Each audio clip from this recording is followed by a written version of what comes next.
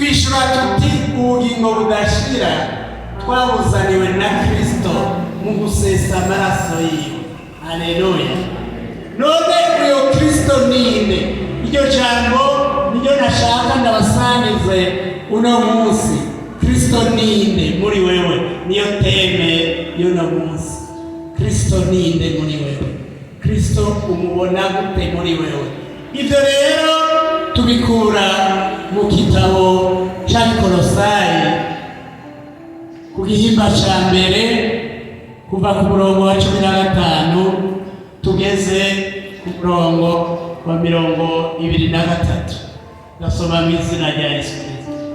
Kristo uwo ari we hamwe n'igikorwa cyiwe.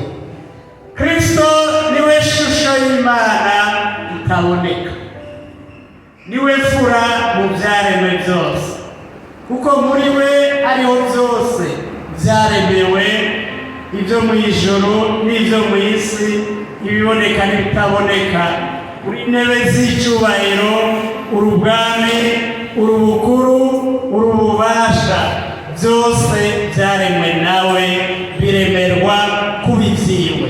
We yabayeho byose bitarabaho, kandi muri we byose niho bifataniye. Niwe mutwe w'umubiri, niwo shengero, kandi niwe ntango, niwe fura mu kuva mu bapfuye, kugira ngo abe agaheta muri byose. Kuko Imana yahimbawe nuko ukunengesera kwayo kose kuba muri we. Yahimbawe kandi kumuha kuzuza byose, nayo ari iby'isi, ari ibyo mu ijuru, izanishije imore amaraso yayo yo ku musaraba wiwe. Namwe abari baratandukanishijwe n'Imana kera, mugahindurwa abansi bayo mu mitima yanyu n'ibyo mwakoze bibi, none ubu yabuzurije nayo mu mubiri wiwe w'ubuntu kubwo urupfu yapfuye, ngo abashikane imbere yayo murabera, mudafise agasembwa, mutagira ico mugawa. Asangwa mbona mwizeye, mushinzwe neza, mutagiganyiga, mudatirimuka mu vyizigiro biheshwa ubutumwa mwumvise, bwavuzwe mu baremwe bose bo mu ijoro, ubwo cewe, ubwo Dawidi, ubwo Paulo, nashikiye umukozi w'Imana. Haleluya. Iryo ni ijambo ry'Imana, shengero ry'Imana. Kristo ninde muri wewe?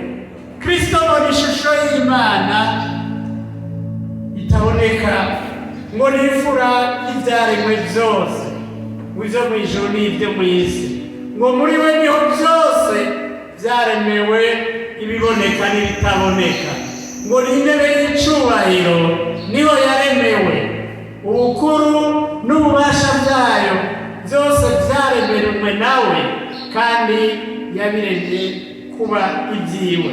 Kristo niwe yaremye byose, ngo kandi yabigize ibyiwe, ngo kandi we yabayeho byose ngo bitarabaho, kandi byose ngo yabifatanirije muri we.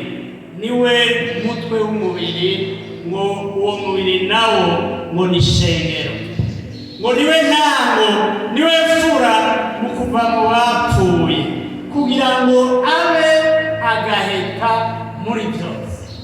Haleluya. Imana yahimbawe nuko ukunengesera kwayo kose kuba muri Kristo. Imana ihimbawe no kuba muri Kristo, kuzuza byose, nayo izanishijwe amahoro, izanisha ayo mahoro umusaraba wayo.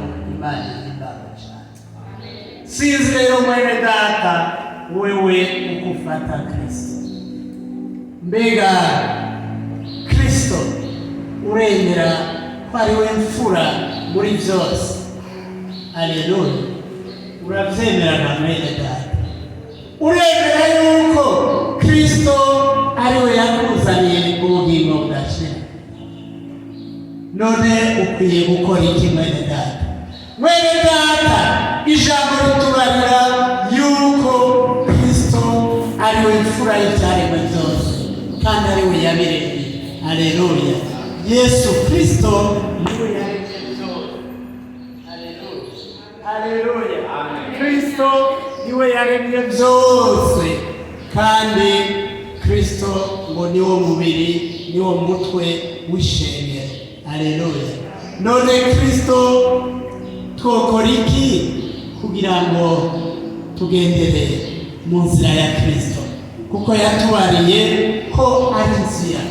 Aleluya. Kristo yatubariye ko ari nzira. None twokora iki kugira ngo dukurikire iyo nzira? Nta rindi jambo nakuzaniye no munsi atari uko muri wewe, muri jewe wiye kumenya Kristo uwo ari we. Aleluya. Aleluya.